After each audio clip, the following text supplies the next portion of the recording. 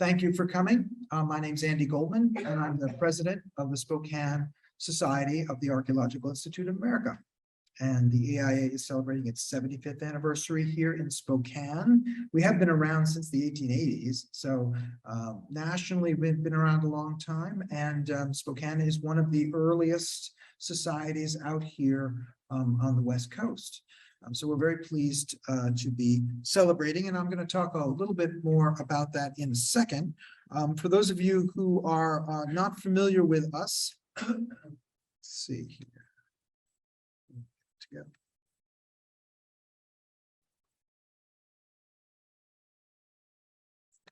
There we go. We will be recording live tonight so that if you are at home and let's say have to get up and go or whatnot, we have in recent years with our speakers allowing, have been taping these lectures. We're using a hybrid format. And so for those of you online, thank you for joining us. And if you have questions, we will be taking questions from both the audience live here today, as well as those of you online. The AIA this is a live presentation, and the AIA respects the intellectual property of its presenters, and we ask you to do the same. Recording is strictly prohibited. Thank you for your cooperation on this. For those of you who are here tonight, if you have a cell phone, we'd like you to turn it down if you would, so that we don't get interrupted today. For those of you unfamiliar with the AIA, and I think pretty much many people, I'm looking across the crowd, have heard of it, but nonetheless, we make archaeology happen. That's right. We have a big website, www.archeological.org. All kinds of information is there about archaeology, education, excavations, our publications. We are a volunteer organization, and we are, well, as I said, in our 75th year, providing public lectures here, free, open to all here in Spokane and the region. And we're very glad that you could be here. The AIA takes its mission very seriously. We have been using Facebook to put up information. So for those of you who want to learn more about what's going on, we welcome you to come to take a look at that. And we're developing our own website, and we hope to have this live soon. It's being processed right now, and we'll be able to share not just information about our own materials and our own events, but also archaeology-related events in our region. So this was going to be the go-to place, and we hope to have this up later on this fall. We do have videos, and for those of you who might have missed some of our most recent videos, beginning last year, we began to post them. We are on YouTube. Just go to Google YouTube Spokane AIA video lectures, and you can find many of our recent lectures there, again, free and open to the public. Now, this year, the AIA decided to cut back a little bit on the national lecturers, and in order to make sure that plenty of lectures are available, we decided to offer what they're calling Archeology Hour. An Archeology Hour is, and it's kept to 1 hour, believe me, they're keeping a very tight schedule, is offered on the Tuesdays of the month, sometimes the third, mostly the third Tuesdays. They're free. You have to go and register at the national page, but registration is quite easy. And we have a pretty wide range of talks. The last one, which I didn't get to see, which was this Tuesday, was all about the problems that we're having with antiquity, tomb robbers, the kinds of long-standing problems that institutions like the AIA are trying to face today.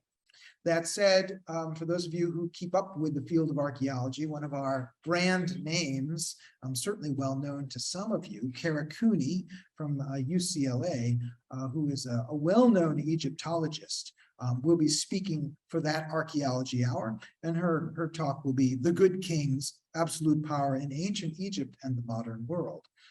And so we invite you to join us. Again, that's free. You just need to go and register, and that'll be Tuesday, January 17th. So turn of the year. Now, for our 75th anniversary, we are going to pull out all the stops. We have quite a an interesting and I think archaeologically themed event to take place. And so for those of you who are out there online or in our audience, you might mark on your date, pencil in May 6th, 2023. We're going to offer a lecture, possibly two, plus a dinner, all circulating around the tomb of King Midas at the site of Gordian, located what is now central Turkey. I happen to know this site well because I worked there for 20 years.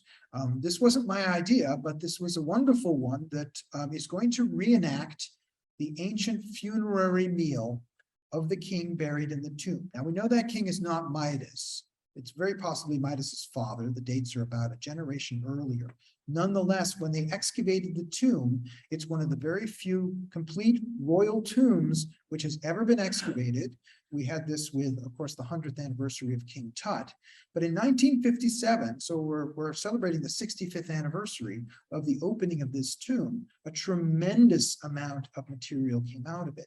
Not the kind of gold that one saw, sadly, in what we found in Egypt, but beautiful objects, many of which are on display in Ankara today. But what they didn't know about and nobody paid attention to was the organic remains. And some of those organic remains were boxed up and shipped off to the University of Pennsylvania, where they sat in back storerooms for decades before anybody spent any time analyzing them. The result was that we know what was eaten for dinner at that funerary meal. And in 2001, they performed the first of these reimagined feasts, and we're going to do the same on May 6th. It's going to be a wonderful evening, and the lecturer will be one of my colleagues from Gordian, Richard Liebhardt. Dr. Liebhardt is the renowned specialist on the tomb itself, and we'll learn about the excavation, and we'll also learn about the meal. So I hope you'll think about attending. We'll have information up after the new year on our website once it goes active. And we hope that you'll consider joining us that evening for, I think, what's going to be a very memorable feast.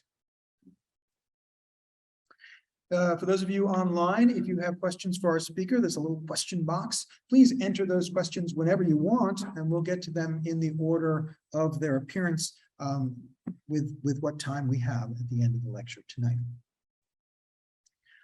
Our next lecture isn't until January. We're taking a bit of a holiday hiatus. Everyone has a lot going on, but coming to us on January 19th is our very own Dr. Brian Buchanan, who is a professor at Eastern Washington University with a mouthful of a title, but he'll be talking more than just a mead hall, a world's wonder, 8th of 7, reassessing the archaeology and landscape of Evering, Northumberland. I'm not sure I said that right. Those of you who joined us a couple years ago might remember his talk on some of his early work, but he's been back in the field and he has some new results to provide us with on January 19th. So I hope you'll join us either online or here live at the MAC. And now it's my great pleasure to introduce our speaker for this evening, Dr. Leanne Bablitz. We have known each other for a while now, too long. We don't need to go into that.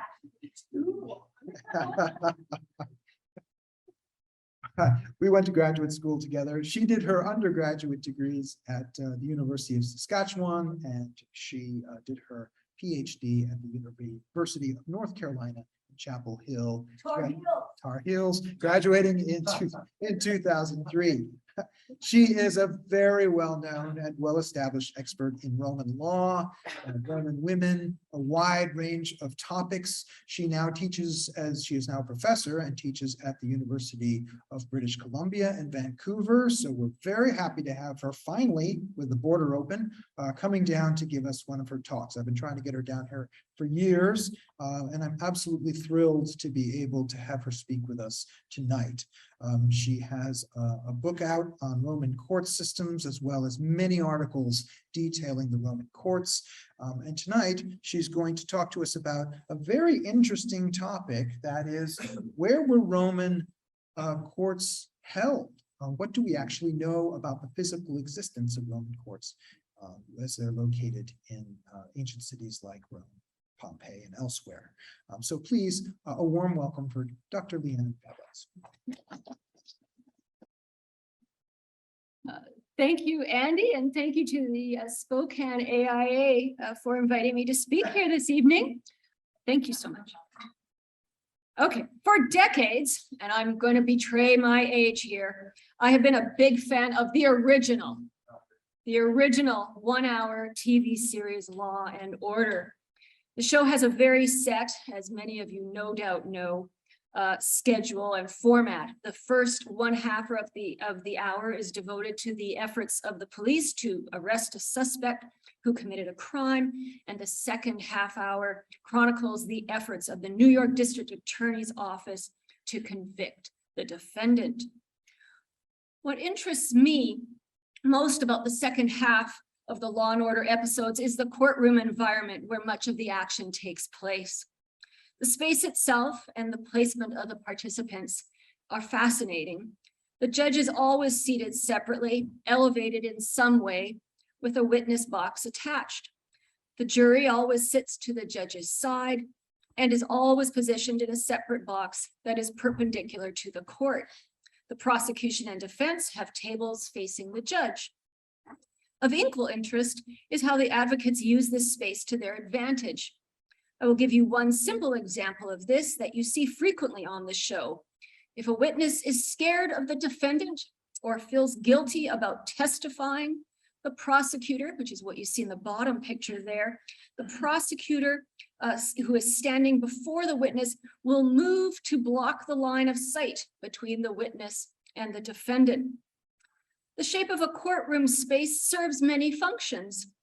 First, in a practical sense, how the physical landscape of a courtroom is arranged affects the interaction of the participants in multiple ways: physical, vocal, visual. And perhaps even more interesting is the symbolic meaning attached to the physical environment. How the physical landscape of a courtroom is arranged contains subtle messages regarding a society's interpretation of power and justice, and the state's role managing these activities. Is the space closed or open to the public? Is the courtroom part of the society or separated from it? Is the public encouraged to draw close or pushed away or excluded? In Canada and here in the States, we have followed the traditions of British culture and provided courthouses in which our administration of justice takes place. The result of this concentration of legal activity within a purpose-built structure is that, to a great extent, today in our societies, we rarely see our courts working. At least that is my hope, that most of you have never spent much time in your local courtroom, but we can talk about that later. And yet, under Canadian and American law, the legal machinery must run under the gaze of the public eye. The public is always permitted to observe, to oversee the administration of justice, and more courthouses are trying to acknowledge this by means of architectural features. For example, in Vancouver, the Supreme Court of British Columbia courtrooms provide an interesting mix of symbolism and practicality. I don't have a picture. Security risks, they won't let me. But I can tell you what they look like. Each court has 2 sets of double doors, a thick exterior wooden set decorated with artistic representations of BC and our First Nations, and then an interior second set of glass doors. When the court is not in session, all the doors are shut. When court is in session, the wooden doors are open and the glass ones are shut. The glass is practical in that external noise is moderated, but visibility and openness and accessibility is provided and advertised. I find this all fascinating, and these issues of space and meaning as connected to legal activity has been one area of my ongoing research. One might think that since Western culture adopted so many of its features from ancient Greece and Rome, we could assume that our easily identifiable purpose-built courthouses too are an inherited feature from Imperial Rome. This is not the case. The spaces in which the inhabitants of the Roman world resolved their disputes and adjudicated their trials are surprisingly difficult to locate. They are missing. But they can't be, can they? So we just are not seeing them. They are hiding in plain sight. Well, then where are they? There are a couple of reasons that can explain why they are so hard to find. First, much of the public business of Roman society, particularly in the Republican period, took place in outdoor public spaces, like the city's town center. The green here is the traditional Forum Romanum and related buildings, and then the blue here are imperial period additions. While the evidence is vague and meager, we know that much of Rome's legal activities took place within the central space of the Forum Romanum. How is that for a vague statement, right? The central space. We also know that when the Forum of Augustus was built around 2 BCE, which we'll come back to, Augustus' main purpose for its construction was to help take the overflow legal activity out of the Forum itself. Rome also had a couple public buildings, basilicas, that consisted of a very simple structure which provided little more than a roof against the weather and could be used for a variety of activities.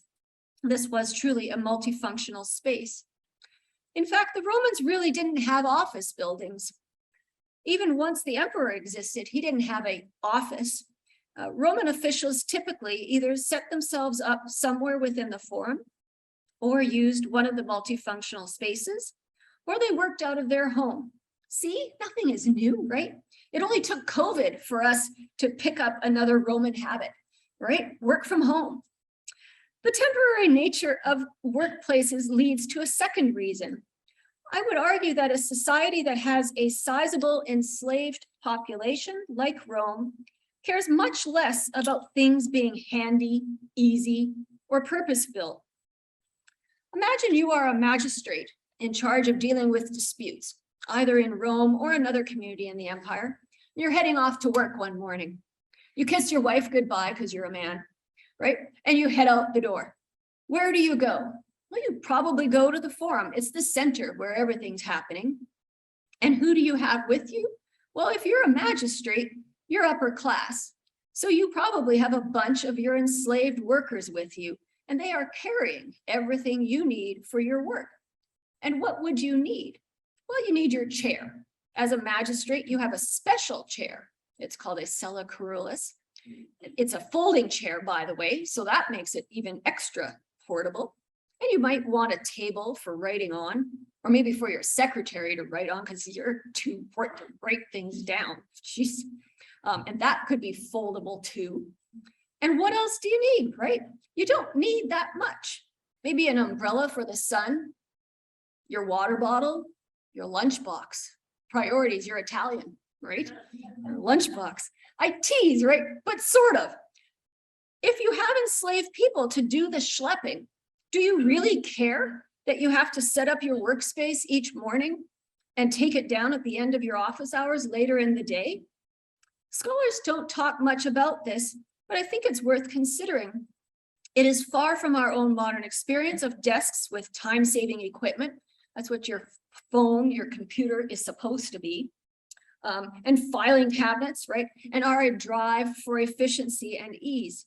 This modern reality may be making us a bit blind to the ancient lived experience. If magistrates could carry out their legal duties with little to no equipment and could do this work almost anywhere, do we have any hope of finding courts in the Roman world? We do, don't fear. I've been on the hunt. This is what I've been doing. I've gathered evidence wherever I can find it, and slowly I am managing to build some specific, or to identify, not build, I don't build them, to identify some specific places where legal activity took place, both within the city of Rome and in other communities across the empire. Our evidence comes in a variety of forms: artistic depictions, archaeological evidence, literary texts, and legal texts. We Roman historians are not a fussy bunch. I will work with any evidence. If it's out there, I'll work with it. That's okay. I can make do. So my plan for our remaining time this evening is this. First, I want to provide you with a skeletal description of how the Roman legal system was arranged, so you can identify the players. And then we're going to go hunting for courts or tribunals, another word we use for them, within the Roman urban landscape. We can't be exhaustive. I know you want me to be, but you want to stay for hours, but we won't. Instead, I'm going to look at 4 case studies. These showcase some of my recent work, which means, this is a spoiler alert, I am not going to solve all the problems by the end of this talk. Just saying, there are still questions. I'm sorry, I know you wanted all the answers. I'm just telling you now, right? I'm not going to be able to solve it all. So let's turn to Rome's legal system. Don't panic. It's okay. Don't panic. I do this with my students all the time. Don't panic. Don't drop the course. That's my usual one. Don't drop the course. It's not as bad as it looks. Now, as you know, Rome was both a city and the, right, all capital city, which ran an empire. So let's start with disputants who live in a community beyond Rome. These are in Italy. Let's look at communities outside of Rome itself. For the most part, Rome allowed local communities, which had established a formal relationship with Rome, to keep a hold of their local jurisdiction if the 2 disputants agreed to that, and if the dispute didn't involve an issue that only Rome could solve. For example, citizenship, or if the financial value of the dispute was above a set minimum amount, then it had to go to Rome. If the disputants didn't agree that they could deal with it local, then the matter went to Rome. Disputants who were Roman citizens but lived in a province also had the option of using the local court system if they wanted, but alternatively, they could also take their issue directly to the governor. If the governor, so this was on the far right side there, if the governor didn't want to deal with the matter, he could push it up to the emperor, who could hear it himself or ask someone else to hear it for him. I'm simplifying naturally, but generally this is what happened. If we come back to those people living in the city of Rome, so this is on the left, its government was arranged in such a way that the overseeing of Rome's legal system was put in the hands of a group of elected magistrates, the praetors. The praetorship was the second highest magistracy to which an ambitious politician could strive. Every year, there were between 8 and 12 elected to this office. The number varies according to the historical period under discussion. Those elected to their posts were then assigned to specific jobs by the drawings of lots. The 2 most important and influential jobs were to serve as the praetor urbanus and the praetor peregrinus. Praetor urbanus oversaw most litigation which took place between 2 Roman citizens, while the praetor peregrinus concerned himself with disputes between Roman citizens and non-Roman citizens. The other remaining praetors were put in charge of the various standing jury courts, which were called the questiones perpetuae, which is the big box down in the bottom center. Each one of these courts, the questiones, heard one type of criminal case or a group of cases together. So, for example, one praetor would be in charge of the court dealing with cases of embezzlement. Another heard all the adultery cases. Still another, cases involving murder or poisoning. This very often went together, needless to say. While there were a few other avenues through which litigation could be initiated, almost all passed under the eyes of these 2 praetors. So this is the basic structure of the court system. Now, the legal system in Rome was arranged in such a way that the first step of initiating either a civil case or a criminal trial was to approach the tribunal of the praetor urbanus or the praetor peregrinus with the grievance. These praetors, after hearing the nature of the dispute, would then direct the case to the appropriate court, which would hear the case itself. In a way, these 2 praetors dealt with what we would call preliminary hearings. It was before them that the matter of the dispute was clarified, and it was up to these praetors to determine if there was a case to be heard. If a disputant came before the praetor and said he wanted to sue his neighbor for refusing to pay a debt owed to him, the praetor had the right and the power to refuse to allow the case to go forward. It was up to him to determine if in fact a law had been broken and if there was enough evidence to proceed. If the praetor agreed that there was a case, he next determined which court would hear the case. If the matter was criminal in nature, he sent it on to the praetor in charge of the appropriate quaestio, and that praetor oversaw the organization of the court to hear the case.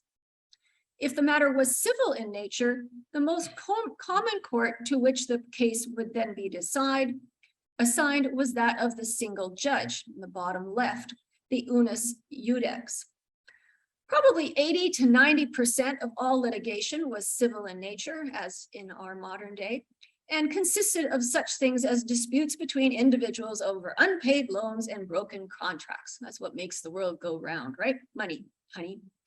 Of that 80 to 90%, no doubt 90% of that went before a single judge. A single judge was none other than an individual from the community upon whom the two parties to the dispute could agree to hear their case. So when the two disputants were before the praetor, and the praetor agreed that there was a case and stated that he would appoint a single judge, he actually gave the two disputants an opportunity to pick someone together. No special legal knowledge was necessary on the judge's part. He just had to agree to hear their dispute and be an adult man and sound mind. At this point then, the case left the court of the praetor urbanus or peregrinus, and the single judge heard the matter himself and passed judgment, and that was it. This procedure then was used as a model for communities in Italy and the provinces as well. The disputants took their case to a local magistrate in that situation in their community, who had been put in charge of resolving disputes.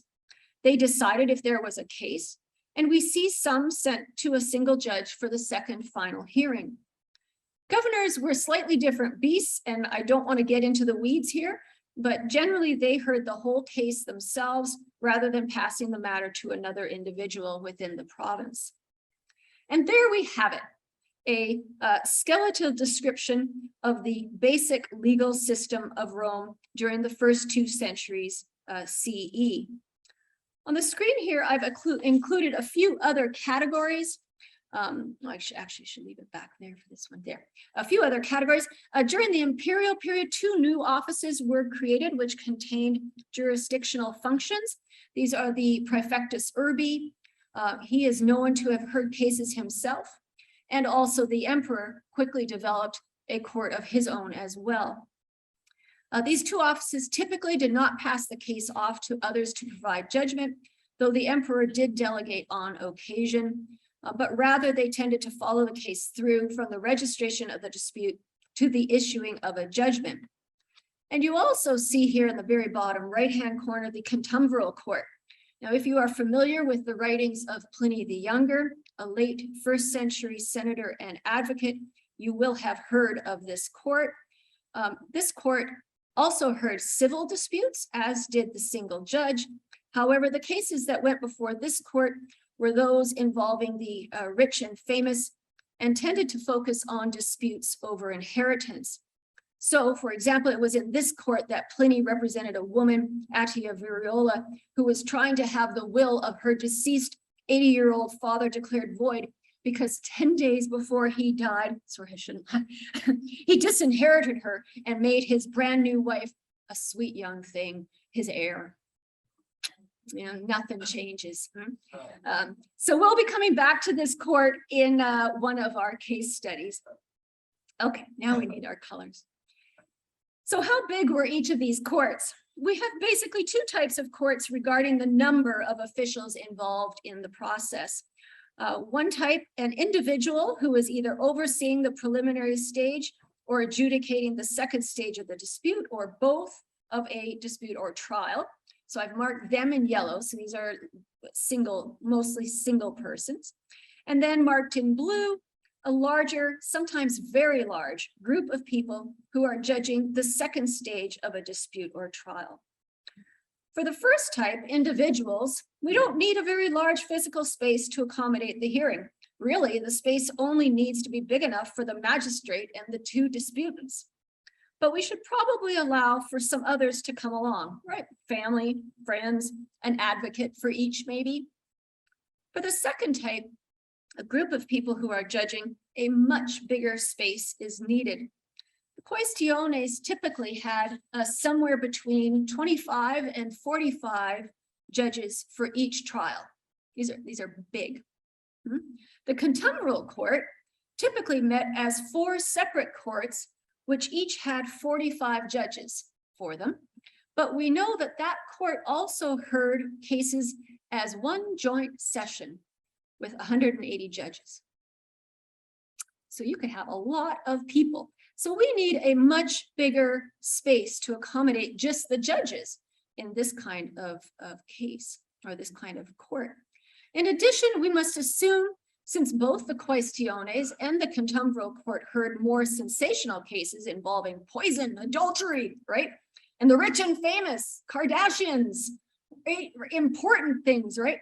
These trials attracted a much larger public audience, as well as more advocates, more friends, maybe even not even some friends, and family, maybe hanger-on families that are thinking they'll get your money, right? Who knows? Okay, so you have patiently endured the procedural material, no more. I certainly realize, and my students never fail to remind me of the fact that not everyone finds this drier stuff as interesting as I do, I get it. But there has been a reason for all of this. We can't talk about where courts were located without knowing what the courts consisted of. So let's move to our case studies. I've tried in selecting these samples not only to vary the type of evidence and the tools I'm using, but also to vary the type of legal hearing we are considering, and to make sure that we examine locations both inside Rome and in communities beyond.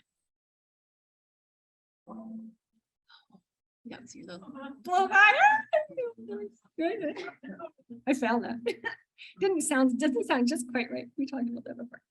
Okay, our first one. This is the Basilica Julia. The most sizable communities within the Roman world during the early imperial period had a building which we call a basilica, adjacent to its forum. It typically consists of a rectangular building with a central nave and 2 or more aisles. The roof is often at 2 levels, with the center level being higher, thus creating a clerestory set with windows. This building is the quintessential multifunctional building. Historically, modern scholars identify the basilica as the place in which economic and legal activities would take place. This is a complicated building type.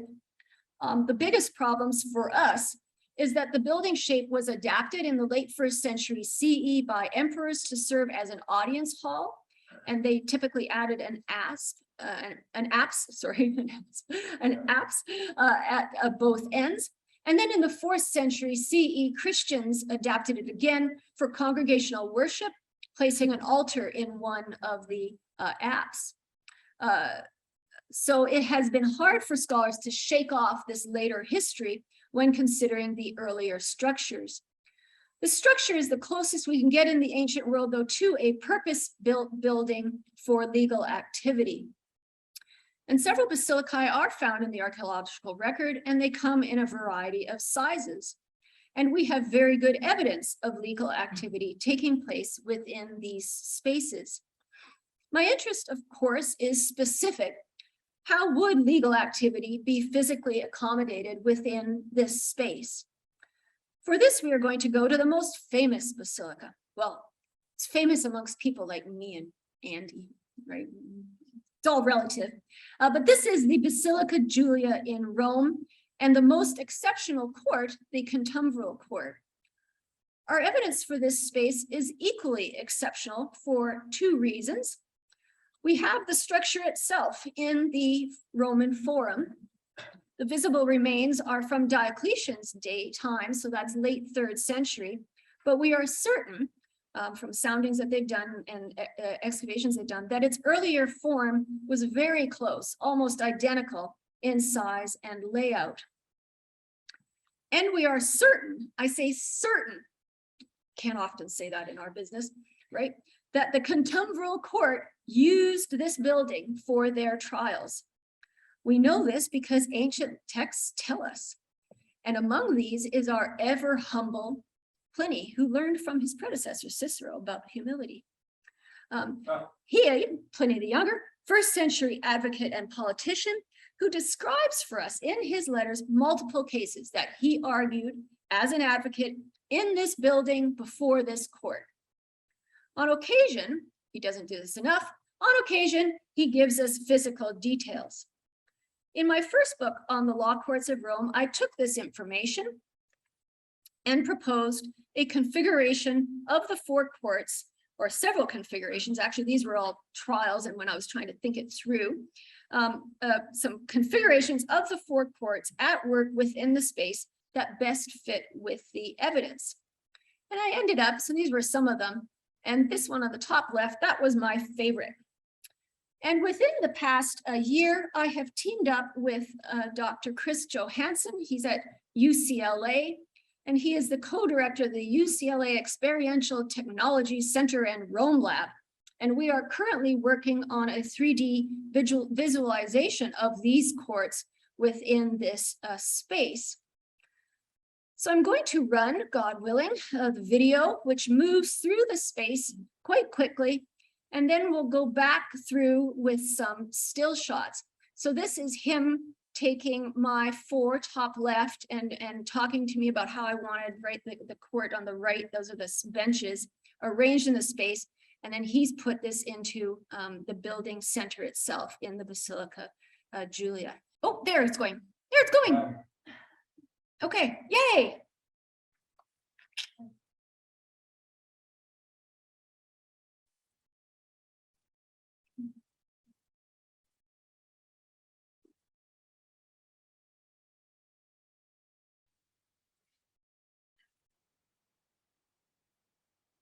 That's it. So there, yay, it worked. Oh, thank goodness. Technology. Okay, so we don't have time. We could spend an hour just looking at these sorts of things. We don't have time to go through this in great detail, so I'm just going to draw your attention to a few points. First, you'll notice, even from this one, that the 4 courts are arranged within the central nave of the structure. Here's a little bit of a better shot. The ancient texts tell us that a person could see the activity of the courts looking down from the 2nd floor balcony. So we know it has to work from upstairs, right? The only way to guarantee this really is to move the courts out of the aisles into that center area.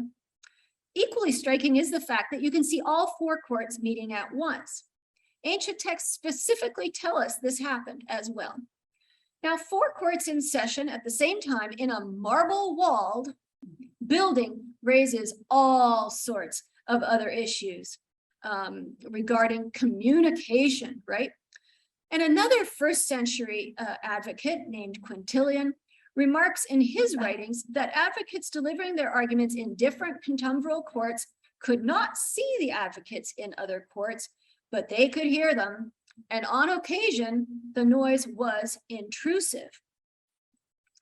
The inability to see leads us to wonder if we should be adding some sort of temporary dividers. Should we be putting wooden walls? Should we be stringing curtains? Or is this enough? The fact that you have, right here we are standing with the advocate. If you have standing audience members there, you can't see who's standing in the next court, right? Because there's people in between. So maybe that's just enough, and that's what they're thinking of. But the sound, right? That's the problem that we have to deal with. So we're wondering about putting that, or is the standing members right enough of an obstacle? One last interesting detail is that we are certain that benches were used in these courts as well, no doubt to provide seating for the judges, and perhaps also, as we've included here in the reconstruction, for some of the audience. We are told, Mark knew his Suetonius well, at dinner he came up with this. We are told that when Julius Caesar's body was cremated in the Forum, the benches from the courts nearby were used to fuel the fire. Now, I bet those benches came from this court, because there's a lot of them. There could be a lot of them in this building. Now, as part of this reconstruction, I was interested to calculate just how many people could be in attendance. So Chris put 135 people on benches, and 211 standing in each court. He just sort of plopped people randomly down. In this image, then, we are looking at 1,384 people in the structure. And it doesn't even look that full. As you can see here, then, an even larger crowd could be accommodated. This is impressive, I think. I must stress, though, how exceptional this court is. This really is the courtroom equivalent to sort of St.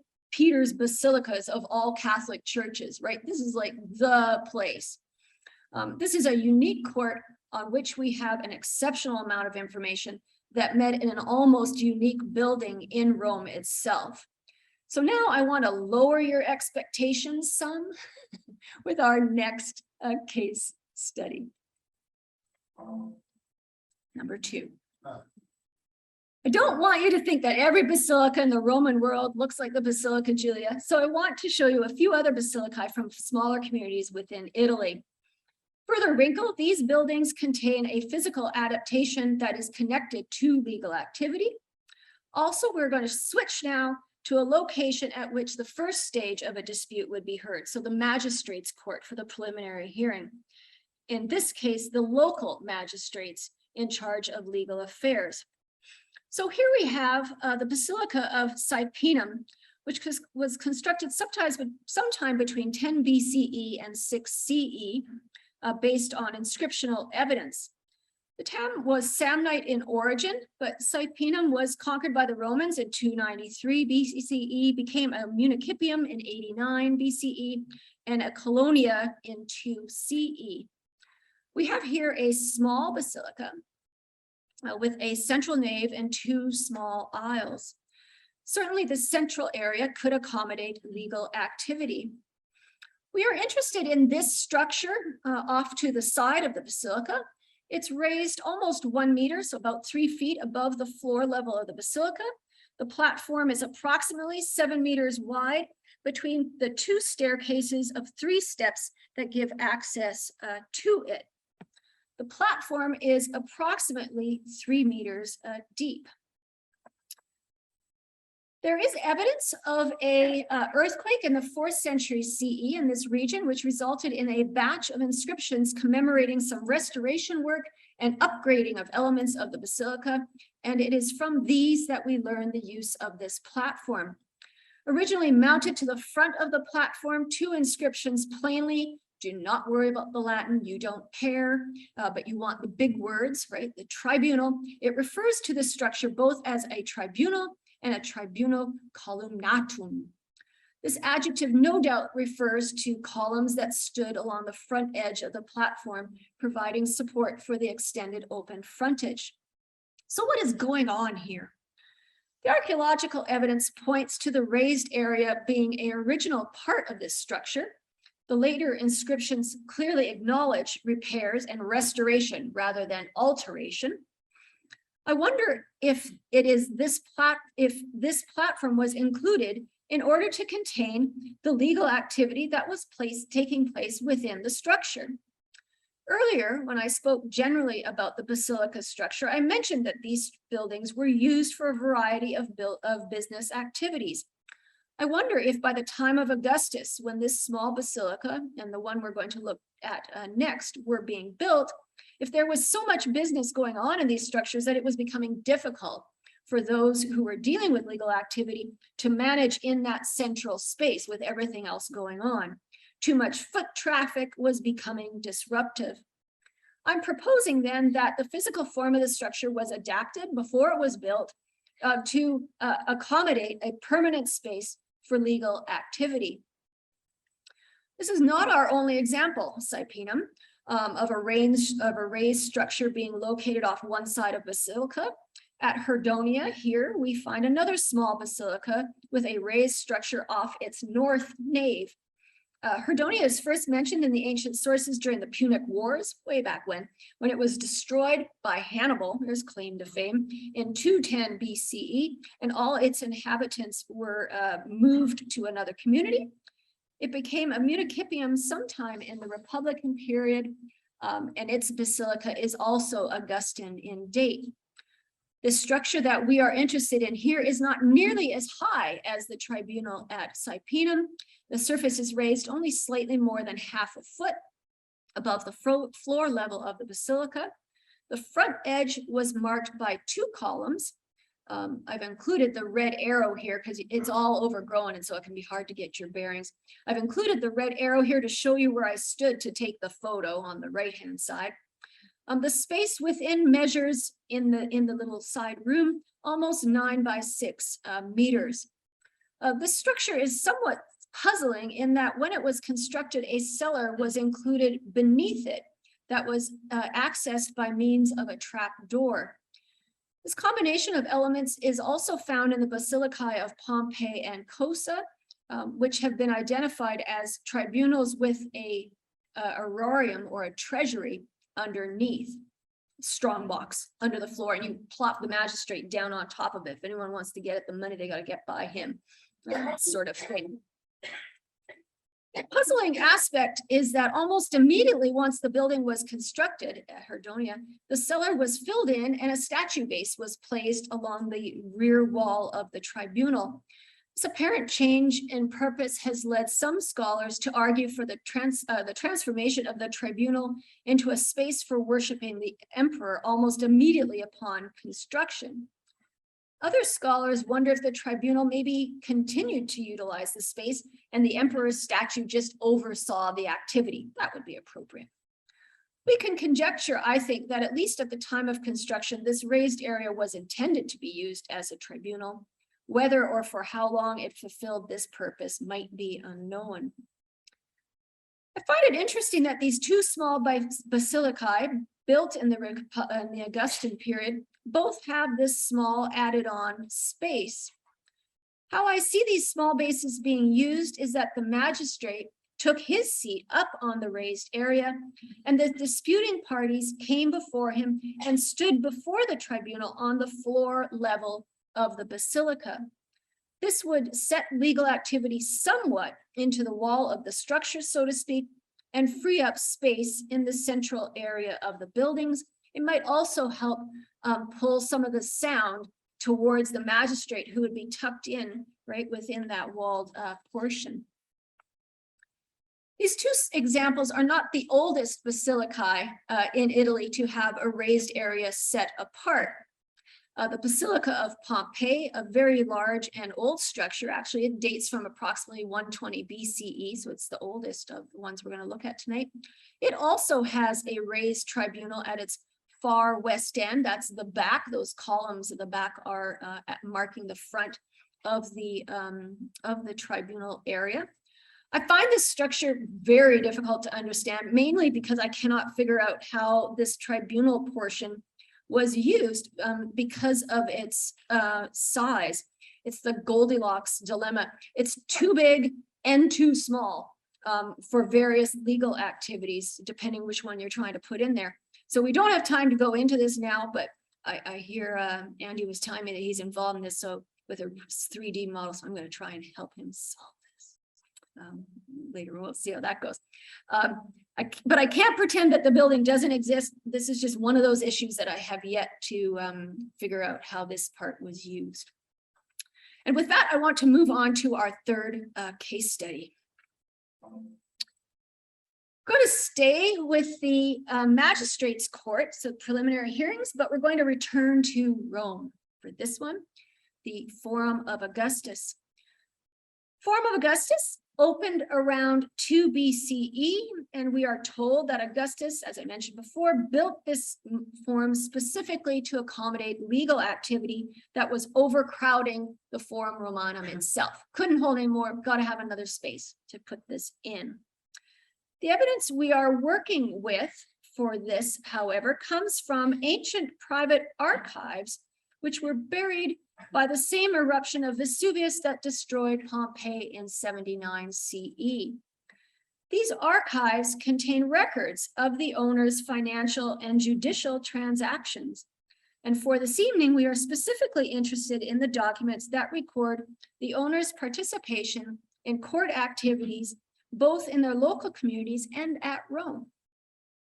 Remember now, under Roman law, right, Disputes could be dealt with locally if the parties agreed and the nature of the dispute didn't require that it go to Rome.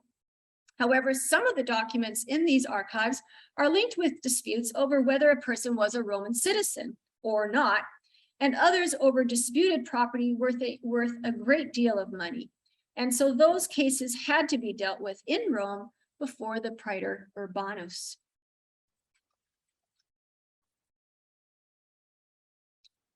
These archives consist of what we call wax tablets, small pieces of wood which are stitched kind of together, so to speak, to form a very rough ancient quasi-equivalent of the modern day book. Most commonly, these tablets consist of 2 or 3 individual pieces of wood. The sides of the interior boards are slightly hollowed out, and beeswax is poured into the depression. Upon these waxed pages, the contents would be written. Now, here is a very well-preserved example of a wax tablet. It's not one of the ones we're going to look at. This one was discovered in Britain, as you can see here. It contains a deed of sale of an enslaved girl named Fortunata.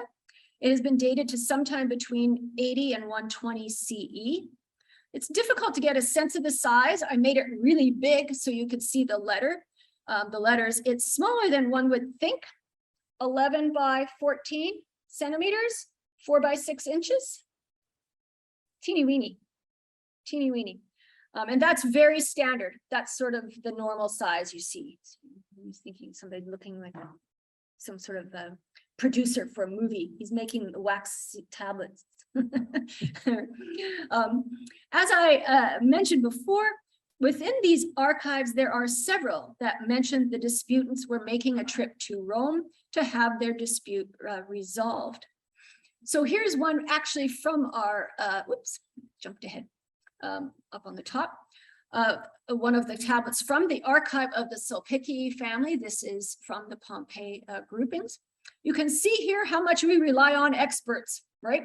Who can reconstruct text that from what really looks like very little, as in a blank tablet. But oh no, they found stuff. So at the top, there's a picture of the inside of the first tablet. Below it is a modern drawing of the text as it appears. To the left, you have my transcription of the text into modern typed Latin. And then I've lined up my lines to the lines of the text so you can actually see there, right? The first word on the right is vademonium, and I've lined it up with vademonium. And then down at the very bottom left, you can see fructus, and on the right there in the tablet, you can see an F. That's right. Latin cursive. Doesn't all look like the big inscriptions. This is a lot more complicated to look like. So here we have an agreement made between 2 men, Gaius Publicius Carus and Quintus Castricius Fructus, mouthfuls, that they will both appear in Rome on the next November 19th at the 4th hour in the Forum Augustus on the first step in front of the Temple of Mars altar. The first word in this document in the Latin, vademonium, tells us what we're working with. It tells us the nature of the document. It is, in modern terms, a promise of bail.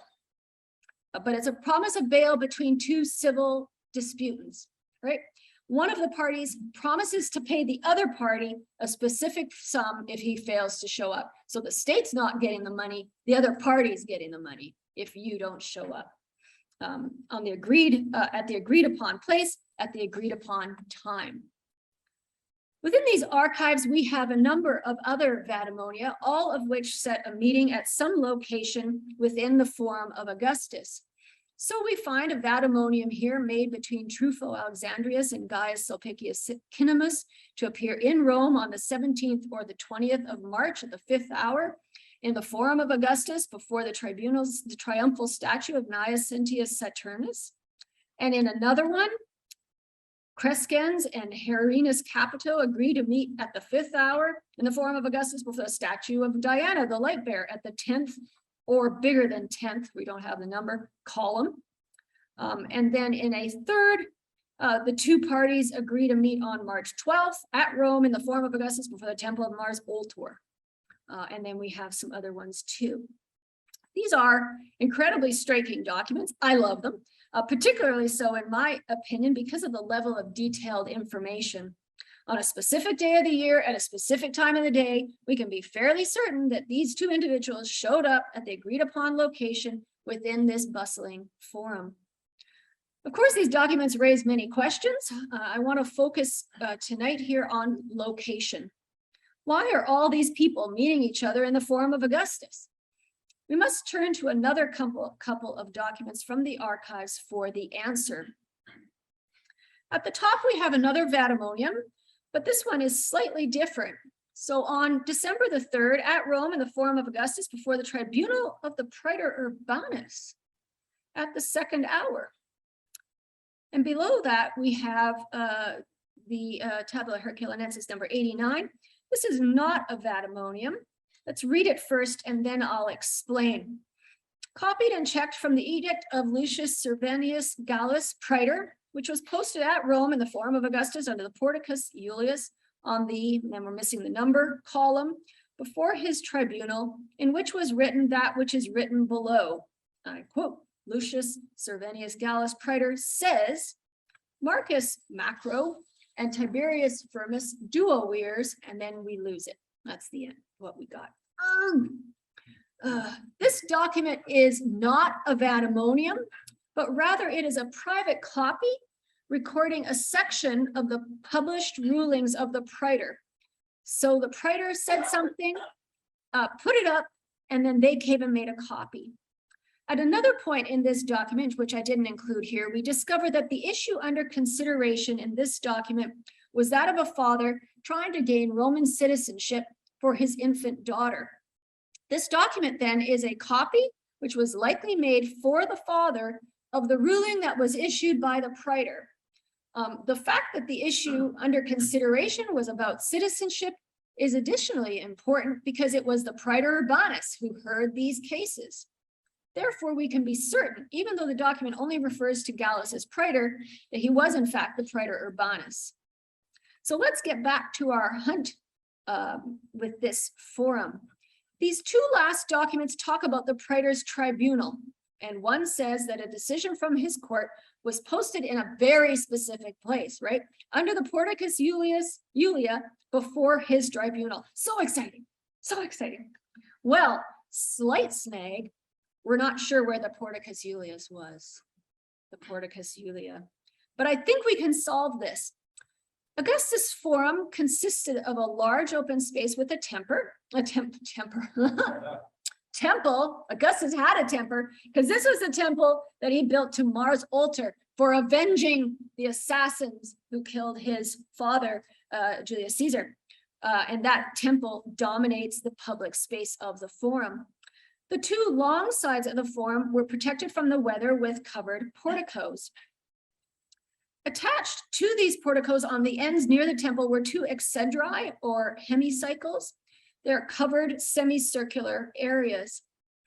Augustus spared no expense in the forum's decorations which he carefully planned to advertise not only his own position within the state, but that of his family, the Julii, within Rome's long history.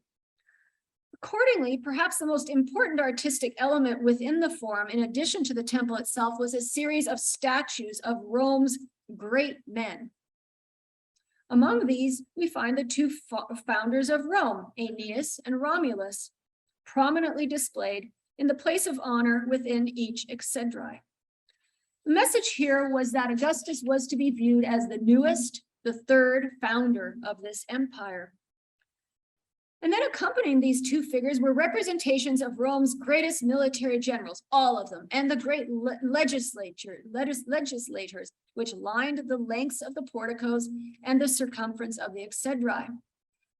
We are certain, based on the information found in the writings of the poet Ovid, who was alive at the time, that the statues of the Julian family, who had risen to greatness, were placed in the western exedri. Surely we can then conclude that the portico on that side of the forum, and perhaps just the area along that northern end of the forum, was called the Porticus Julia. I'm thinking maybe about this area here. The reference to the column before his tribunal must refer either to the columns between the portico and the open central area, or those separating the exedrae from the portico. Based on this information, I think the most practical and utilitarian placement for the court of the praetor urbanus would be within the western exedrae, the semicircle itself. Such a space allows for some isolation and protection from the flow and noise of public traffic. And as you know, we have ample evidence of just how busy these praetors were, right? These various Vadamonia documents from the region of Campania. All of these people mentioned within this text are making promises to appear at some specific location within the Forum of Augustus because they're taking their cases to the praetor urbanus. And these are only the ones that have survived from this one small region.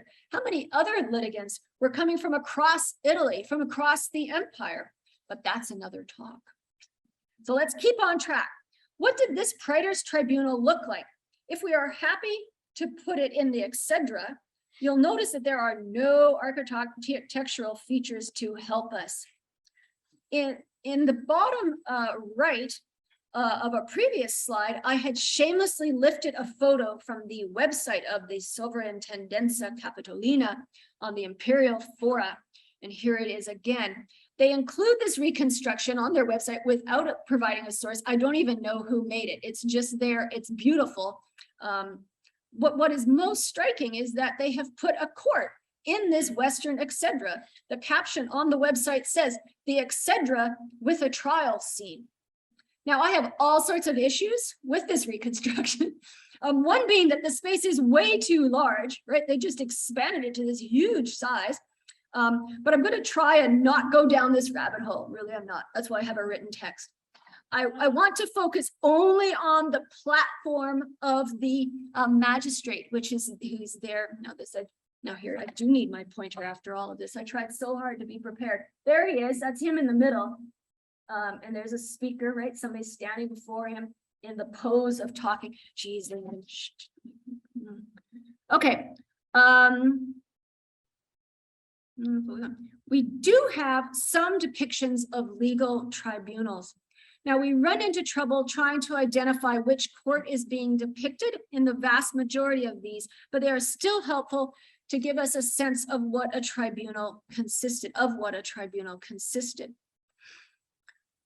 I would expect us to find a temporarily constructed wooden raised platform, something probably with a surface space of at least 4 by 4 feet square, which stood at a height of about 3 feet off the ground. I don't believe that such a structure was necessary under the law for him to have his work be valid, but I think such a structure gave unofficial authority to the judge and also served the practical function of separating him a bit from the fray. And sometimes it seems to have been quite raucous. Now, of course, the question is, how temporary is temporary? This is an important question that my basic answer to is, well, my best answer is, it depends. Humans are lazy, aren't we? Right? We are a lazy bunch. For a magistrate like the praetor urbanus, I would suspect that a platform would be constructed out of wood, and then it would be pushed to the side of the space when he wasn't holding court. You just leave it there, right?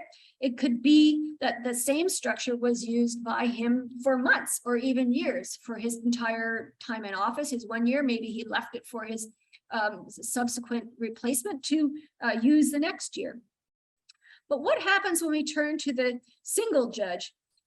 Some guy who was selected by 2 fighting farmers to judge their case in a small town. Did he need or want a platform? He probably didn't need one, but did he want one? Well, ego might have convinced him that since he might want to show everyone in town that he'd been asked to resolve a dispute, right? I wonder if a single judge could use some other magistrate's platform, right? We talked about this. If that magistrate wasn't working that day, could he just pick up the praetor's one if it was sitting there and use it, push it out, wouldn't take it away, but could he just use it? The Romans were a practical bunch, and I wouldn't be surprised if this happened. So I'm going to leave our praetor on his platform in the exedra of the Forum of Augustus and move on to our last case study. This case study, our last one, carries on our current thread somewhat. So we're leaving Rome and we're heading to the town of Pompeii, the town near modern Naples in Campania, which I've already mentioned was buried in the eruption of Mount Vesuvius in 79. You've probably all heard about this many a time. But we're going to talk about a word, the Chalkidicum. And we're going to the Forum for this. For our textual sources, we are returning to the Sulpicia archive, some of which we have already seen. So what do we have in these documents? All 6 relate to a single dispute between a member of the Sulpicii family, Cinemus, and a man named Gaius Julius Prudens. From other documents in the archive, it seems that in the year 48, Prudens gave authority to Cinemus and his staff to conduct business on his behalf. 7 years later, in 55, Cinemus brought a suit against Prudens concerning a loan. Okay. The full trial of this case was scheduled to take place in Rome. And then events turn. In one document, Cinemus declares that he is willing to keep the hearing in Puteoli, a town that was nearby to Pompeii, and transfer the dispute to the decision of an arbitrator, Barbatius Ephrafroditus, I think Ephrafroditus. What a mouthful. I don't say his name out loud. I call him Barbatius. And he does this to have this arbitrator to avoid the expense and probably the risk of a trial in Rome. An arbitrator was somewhat like his modern descendant. He could be appointed by a magistrate to try and talk the two parties to an agreement in the center. It was a method to avoid escalating the matter still further and taking up higher magistrates' time. And the praetor urbanus is busy. We've already determined that. He's a busy man. In the next document, number 35 that we've got here, on May 21st or 22nd, Barbatius sets a day, place, and hour for a hearing. June 4th, right? June 4th, 55 at Puteoli in the Octavian Chalkidicum from the 3rd to the 5th hour, which is roughly 9 to 11 a.m. morning. We then have in number 3 and number 4, what looks to be postponements of the hearing. I'm only giving you the important bit about location from these documents. In December of the same year, well after the original set date, Barbatius sets another date for the hearing, March 15th, 56. And on another date, the hearing is reset for a day in early May, probably also in the year 56. 5 and 6 are too fragmentary to be useful, but they're likely part of the same process, so more paperwork that was being done. This hearing is set for 2 different locations within Puteoli, located north and west of Pompeii, Puteoli, the town. In number 2, that you have there, 35, it is set in the Octavian Chalkidicum. Next, it's set in the Hordionian Chalkidicum. These are all mouthfuls. It seems that it then moved back to the Octavian Chalkidicum and remains there in the rest of the documents. These documents are the only one within the archives of 127 fragmentary documents that mention these 2 Chalkidica. 12 other documents mention a Hordionian altar of Augustus located in the Forum of Puteoli, and before which various legal acts, but not hearings, are transacted. So we do hear of another Hordionian structure.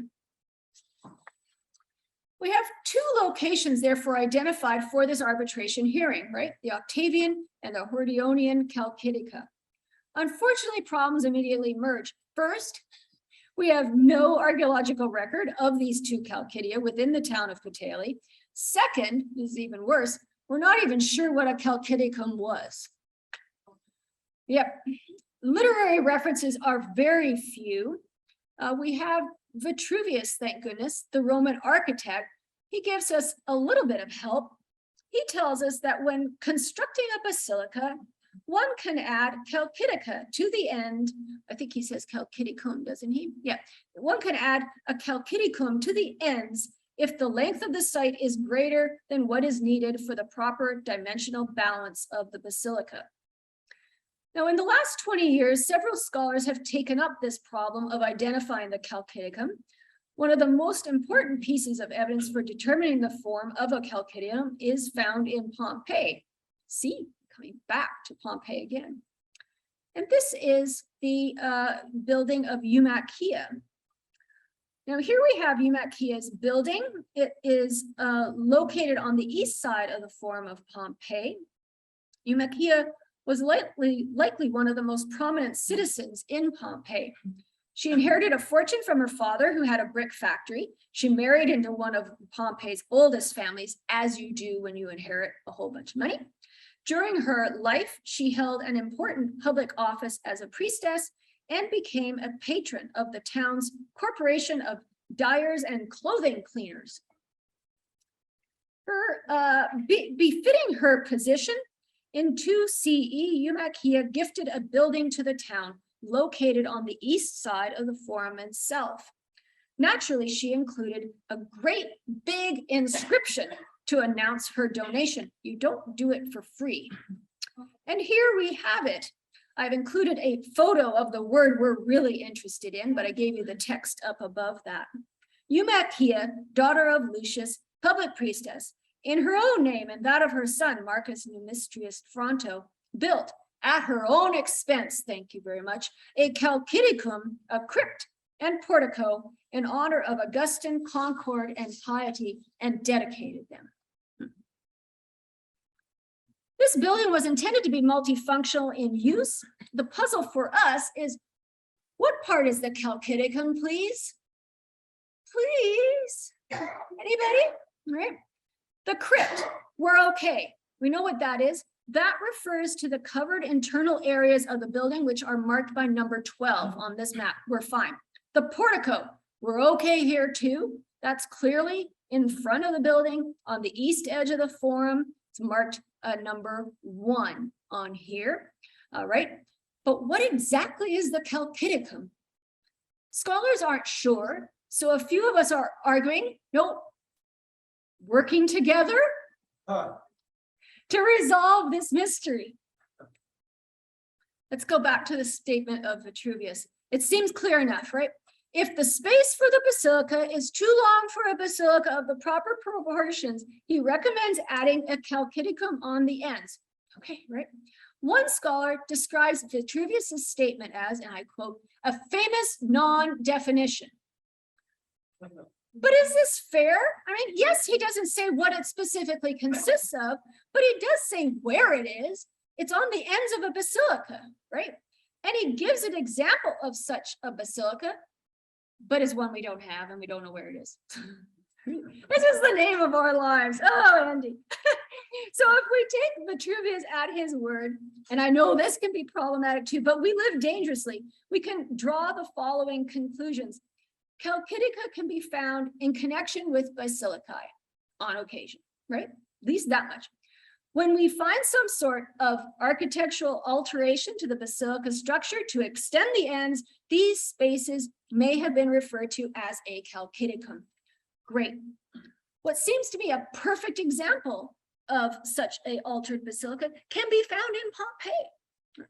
Scholars seem willing enough to label the vestibule at the east end of the basilica, that's at the top of your screen there on your right, as a Chalcidicum. This is marked D. I'm fine with that. I think that we can conclude also from Vitruvius's statement that Chalcidica could exist separate from a basilica. He says if the basilica isn't long enough, you can add a Chalcidicum. This suggests to me, but maybe it's just wishful thinking, that both structures were separate entities, which therefore makes it possible for each to exist without the other. So we should be willing to label a structure as a Chalcidicum, even if we find no basilica connected to it. And now we come back again to our passages in the Sulpician archives, which mention Chalcidica. These texts indeed then suggest that Chalcidica could exist independent of a basilica. In the documents we've looked at already, 2 Chalcidica were mentioned as being in Puteoli, right? The Octavianum and the Hordionianum. Now, a number of couple texts from this same archive about the sale of slaves that I'm not mentioning, it mentions a third one, the Caesonianum, another Chalkidicum. If we say that Chalcidica only existed as part of a basilica, then we must conclude that Puteoli in the mid-1st century CE had 3 basilicae. That is too many to be realistic in a small town in Italy. We have too many right off the bat. So if the Chalcidicum can exist separate from a basilica, what form does it take? If you pull that little part of D, right, out of the basilica end, it would look just like a portico, really, right? But it has to be something different because Eumacheia says that she gave a portico and a Chalcidicum. So not to keep you suspense any longer, I think that the term Chalcidicum in Eumacheia's dedication refers to these 2 small structures that are built into the exterior of Eumacheia's building, literally between the portico and the crypt. These are small, permanent, raised platforms, each of which is accessed by a side staircase. The raised floor surface is at about 3 feet. Now, we've seen something like this already this evening. You've probably feel like you've seen too many of these already this evening, right? At Cypenum, we saw the tribunal built into the interior wall of the basilica. And then we must not forget the Forum of Augustus. We placed the praetor's activities in the exedrai and portico. It seems very clear, in fact, that Eumacheia took the Forum of Augustus as her inspiration. Not only did she dedicate the structure to Augustan concord and piety, then I put the inscription again in the bottom right corner, but she used much of the same artistic imagery in her decoration. And so I would argue that we can go one step further still and say that she also tried to include the same functional elements in her structure. While she couldn't build a forum herself, it was already built, darn Pompeii, getting ahead of her, she could include as part of her structure a portico off of a forum, and she could provide spaces for legal activity to be accommodated, just like the exedrai did in the Forum of Augustus. Now, these spaces had to be a bit squished and adapted to fit into her portico and the crypt, but she was an enterprising woman who could make things happen, and she was going to get what she wanted from her architect, right? This is how women move. To make the connection even clearer, she included statues of Romulus and Aeneas, which took pride of place within the 2 exedrai of the Forum of Augustus, and she put hers in those little niches numbered 4, right beside our platforms. Now, if we accept that Chalcidica could be connected to structures which were not basilicae, we have an explanation then for how there could be so many Chalcidicae in Puteoli, without 3 basilicae, right? We no longer need 3. Rather, we may have Chalcidicae built into the facades of 3 separate structures named after the individuals, like Eumacheia, who had commissioned the structures. Most likely, these all were located within the forum itself, but we have to remain flexible on this point until new evidence surfaces. So I'm going to wrap this up. I feel like I have thrown a lot of material at you. I've been talking to Andy about this. I've been feeling like, oh, I hope this isn't going to be too much. I hope that discussing this by means of case studies has worked.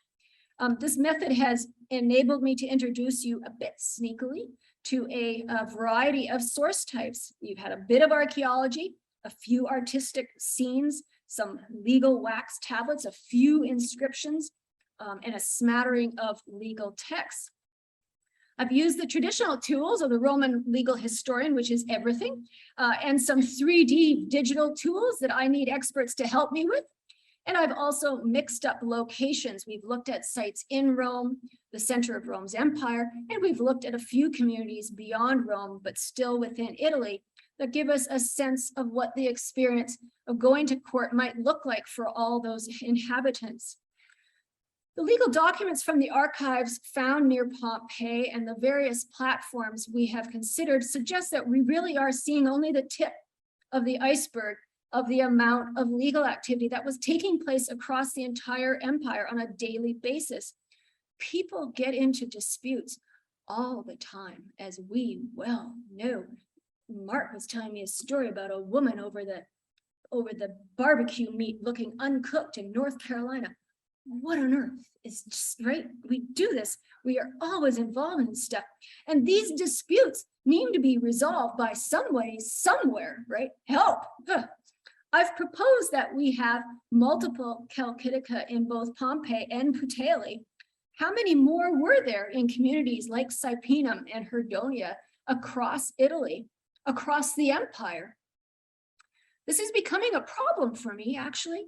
Now I see a possible Chalcidicum in every raised stone structure that I look at in anything that looks Roman. I go, oh, maybe this is it. Mom, what do you think? Let's take pictures. Leanne, can we please leave? Do you have I need more pictures.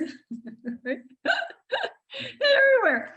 And then we have all the disputes that were pouring into Rome itself, right? The matters that couldn't be dealt with in their local setting that were pushed on to Rome. It's no surprise that Augustus and emperors after him were constantly building new spaces, new fora to accommodate what must have been an ever-increasing deluge of disputes from beyond the city, in addition to the legal issues created by the city's own inhabitants.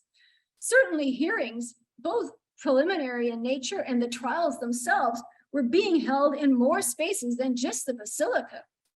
Today, we've considered some of these alternative places, and I will keep on the hunt. I will do it.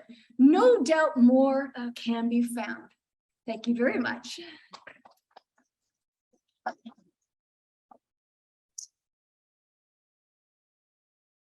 think we're going to do some questions, if there are any. Oh, hands have shot up. Yes. Art things like, for instance, Caravaggio, where there was like his benefactor got him out of legal trouble, or they petitioned the church, petitioned the Pope to get them out of legal trouble. What pathways were those on? Oh, those were the unofficial ones that don't go on a chart. That's called power.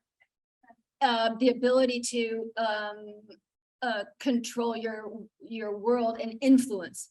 And Rome, an ancient world, just like any other time period, was rampant. Of course, it was who you knew, right? So that of course is very hard to get at because nobody writes it down. Guess who I managed to arm twist today?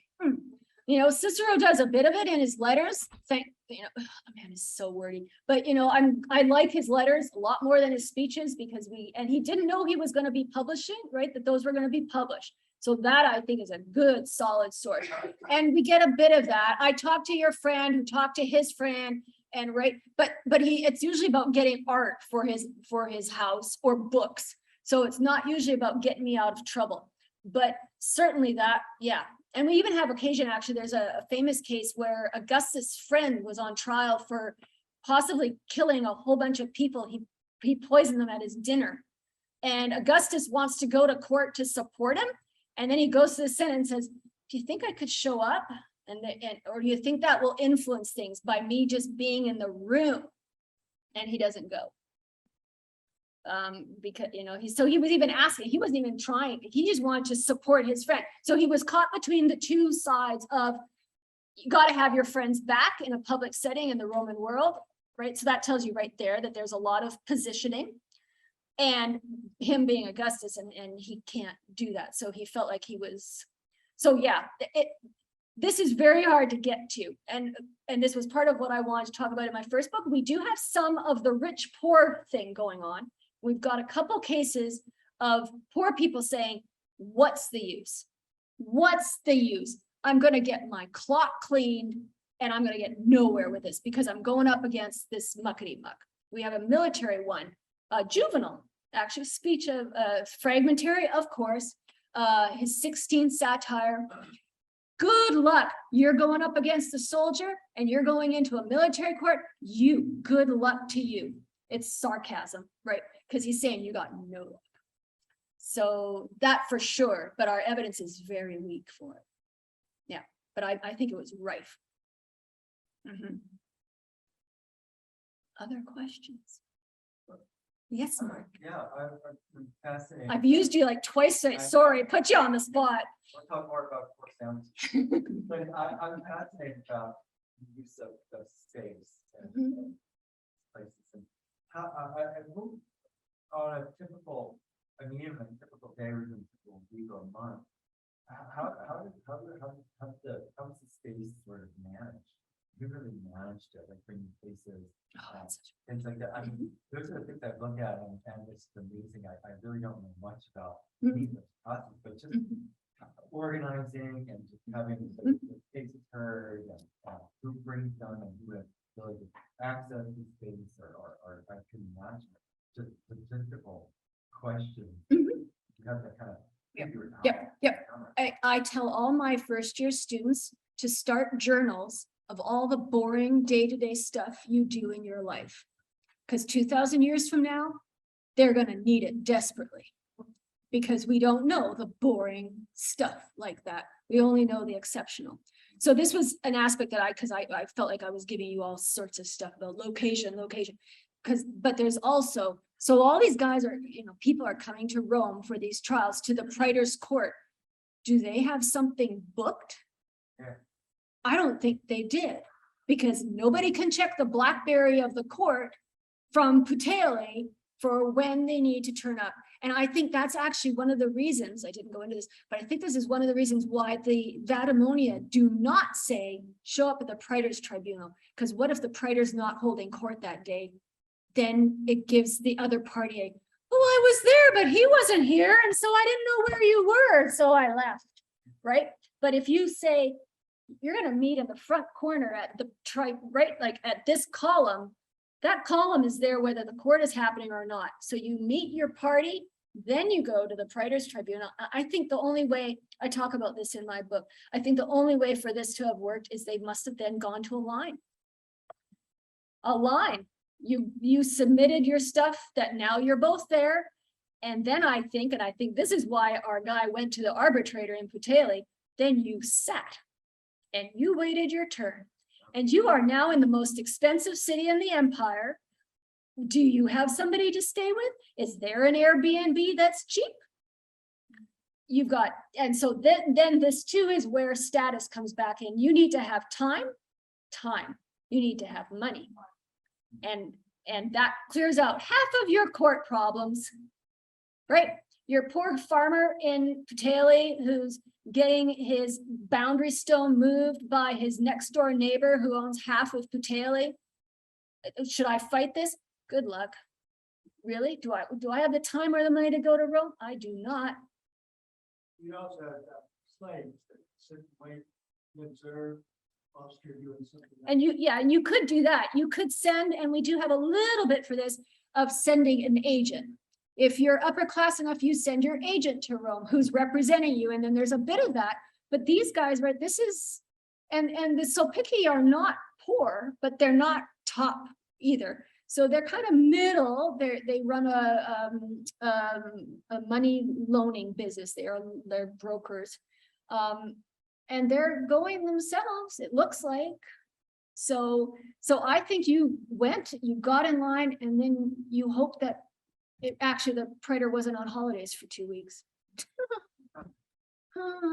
You think our paper, right? Our red tape is bad. I don't see how else. Yeah. We have a question from someone online. Great. Do we know how long a trial usually took at this time? Our only thing for that is Pliny. And we get multiple days, but that's a big, right? Those ones you're in the contumbrial court again. Those are big, multiple speakers, multiple days. They had a function for holding things over. So they had an actual sort of like there was a motion to suspend for the day after, whatever. We have a bit of that, but no. I think our middle of the line, let's say, I think they'd be much like ours, where it's sort of 2-3 days in court, you're in, you're out for littler, actually for littler stuff, because the advocates didn't do as much, you could be in and out, I think, easily in a day. They don't muss around a lot, right? And we don't have, like, we have precedent and other, they don't do that. There's no precedent. They don't keep track of judgments. This is an interesting thing, like once, I'm gonna get going on this. Once the praetor hands it off to a single judge, the government is out, state is out, unless the ruling that is provided doesn't get enforced. If the parties, so then if it goes to the judge, right, the single judge who's going to hear the case, he makes a ruling, state doesn't care, that's great, whatever. And the ruling can be like completely the opposite of what somebody else would rule, because the whole point is that the litigants pick this guy gets to decide. And that's that. What he decides, that's that. He doesn't have to follow much else for the things. But if his ruling then isn't carried out, let's say it's over the ownership of an enslaved person and it's awarded to X and Y doesn't hand it over, then X, which can go back to the court, to the praetor and say the ruling wasn't enforced, and then it's the state's problem again. But after that initial stage, they don't care. So that sped things up a lot. So you're saying it's sort of like Trump kicking his own master? I am a Canadian and proud of it. I'm gonna leave that one right there. I'm just saying that- We think warmly of you and we wish you the best in your land. Please choose wisely. It's a very tough thing. There was another hand up. Yeah, that's a non-answer. For these larger courts, this is more of a procedural question. These larger courts, they had 180 judges. Mhm. What were the voting procedures like? Do we know? So it is carried by a straight majority. They are given little tesserae. They're given two, one for absolve, one for convict. They're put in a bucket, let's say an amphora, but I don't know. They're put in something and then they're added up and that's that. Straightforward. There's some interesting stuff on how you choose jury members. They have a list of all potential jurors. We call them jurors, but they're actually judges. But because there's 180, you get kind of wrapped up in this. So 180 judges, we have lists of potential judges. So if two disputants for a single judge didn't have a friend that they think of from their community, they could pick a single judge off of that list too. And then the litigants for 180 would take that list and then they were divided on that list. They were divided into groups. So they would get rid of two groups. And then once they were down to one group, then they would take off people from that one list until they had the 180. So, and that would go back and forth to each litigant. But I mean, they wouldn't know these people from Adam, right? So Ovid actually served. He tells us, I wrote a little article about that. We know he was a single judge.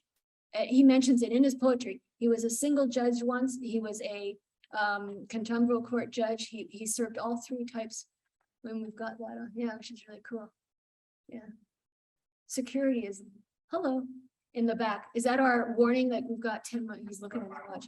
5 more minutes.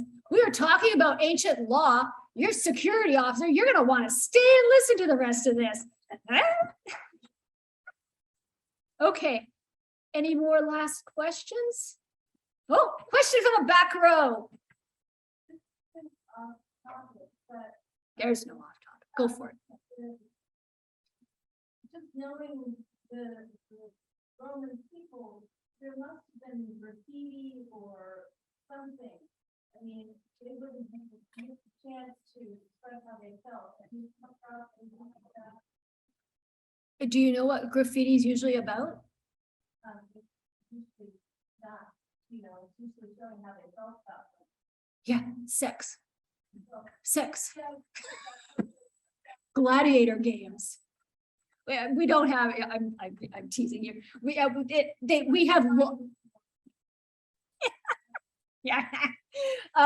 We have lots of graffiti. We know Rebecca Benefield. Actually, I think well, maybe Andy might not know her, but she works on graffiti in Pompeii. She's got some from the Basilica. Doesn't seem like there's anything legal. They just No, so I personally have not found, I haven't heard of anything that is graffiti about, I won my case, yay me. They were more interested on who to have sex with and who was gonna win the last game. That's, yeah, but that, it's sort of it over. But we don't get a lot of that sort of basic, yeah, technical information. Thank Went a you. little long tonight, that's my fault. Oh, I don't And know, might have been my anyways, fault too. so a quick round of applause for. Thank you. Thank you.